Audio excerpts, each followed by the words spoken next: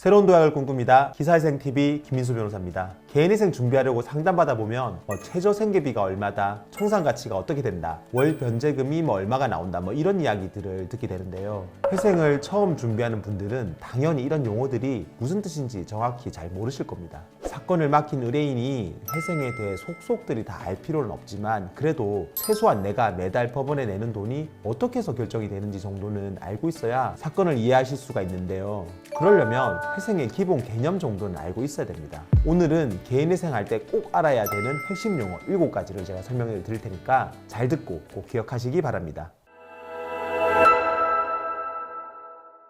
먼저 첫 번째로 월 평균 수입이란 보통 회생 신청하기 직전 1년간의 번 수입을 한 달 평균했을 때 돈을 말합니다. 월급 받는 분들은 1년간 받은 총 월급이랑 상회해서 세금이랑 사대보험 뺀 금액을 12개월로 나눈 돈을 말하고, 사업하는 분들은 지난 1년간 총 매출에서 직원 인건비랑 재료비, 임대료, 기타 세금, 공과금 같은 거 다 빼고 순수하게 남는 이익을 한 달 평균 또 12개월 나눠서 계산한 걸 말합니다. 두 번째로 최저생계비란 국민들이 최소한 한 달에 이 정도는 있어야 생활이 가능하겠다라고 해가지고 나라에서 인정해주는 생계비 금액을 말하는데요. 국민 전체 가구 소득의 중간값을 의미하는 중위소득의 60% 선에서 매년 1월 1일마다 새로 정해집니다.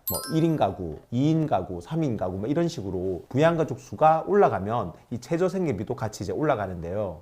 이게 딱 부양가족 수 비율대로 오르지는 않지만 대략 비슷하게 증액이 됩니다. 세 번째, 추가 생계비는 방금 말한 최저생계비에서 각 개개인별 사정에 따라 가지고 이제 추가로 더 인정되는 생계 비용을 말하는데요. 이제 대표적인 추가 생계비로는 추가 주거비나 교육비, 의료비 같은 게 있습니다. 최저생계비에 포함이 되어 있는 주거비, 교육비, 의료비 그것보다도 실제로 내가 더 많은 월세나 자녀 교육비, 병원비를 썼다면 이걸 추가 생계비 명목으로 인정을 더 해준다는 거죠. 그런데 이거는 한도가 있어가지고 무조건 내가 쓴 만큼 다 인정되는 것은 아니고 법원에서 정해놓은 그 범위 안에서만 인정이 되고 있습니다. 네 번째로 월 가용소득이란 내가 매달 번 돈에서 생활비로 쓰고 남은 여윳돈을 말합니다. 그러니까 앞에서 말씀드린 월 평균 수입에서 생활비라고 할 수 있는 최저생계비와 추가생계비를 빼고 남는 돈이 바로 이제 월 가용소득이 되는 거죠. 다음으로 다섯 번째, 월 변제금이란 회생이 인가되고 나서 내가 매달 법원에 납부해야 되는 그 돈을 말하는데요. 보통 3년간 매달 월 변제금으로 정해진 금액을 법원에 다 내고 나면 완전 면책이 됩니다. 개인회생에서는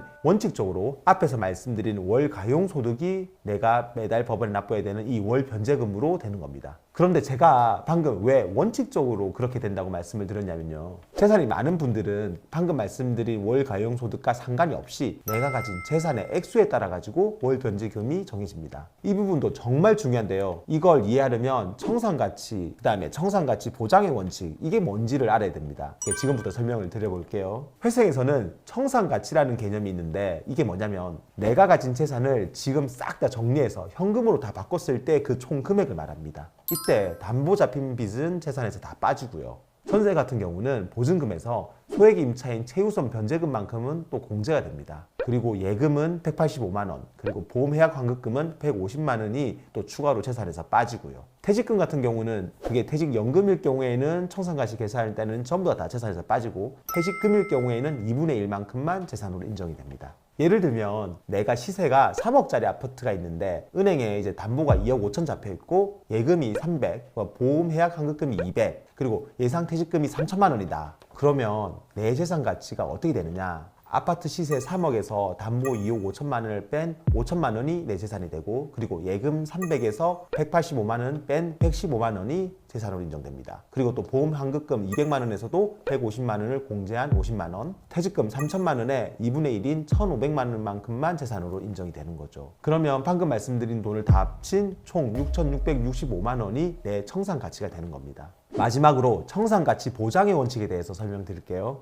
이 부분은 정말 중요하니까 반드시 기억하고 있어야 됩니다. 이게 뭐냐면 방금 계산한 청산가치 금액보다 내가 법원에 갚는 총 변제금이 더 많아야 된다는 원칙인데요. 예를 들면 월 평균 소득은 300만 원이고 최저생계비랑 추가생계비를 합하면 200만 원인 경우에요. 내 월 가용소득은 300에서 이 200을 뺀 100만 원이 되고 다른 특별한 사정이 없으면 이 100만 원이 월 변제금이 돼가지고 이걸 3년 그러니까 36개월 동안 갚아야 되거든요. 그러면 총 변제금은 100만 원 곱하기 36개월 해서 3,600만 원이 되는 거죠. 그런데 만약에 내 재산을 싹 다 정리했을 때 나오는 그 청산 가치가 5천만 원이다. 그럼 이 5천만 원이 방금 말한 3,600만 원보다 더 많잖아요. 그러면 나는 소득으로 계산해서 나온 3,600만 원이 아닌 청산 가치로 나온 이 5천만 원으로 변제금을 맞춰야 이 청산 가치 보장의 원칙을 지키게 되는 겁니다. 이럴 때는 법에서 정한 최저 생계비나 추가 생계비를 더 줄이거나 아니면 변제 기간을 36개월보다 더 늘려가지고 이 청산 가치까지 총 변제금을 맞춰서 회생을 통과시키면 됩니다.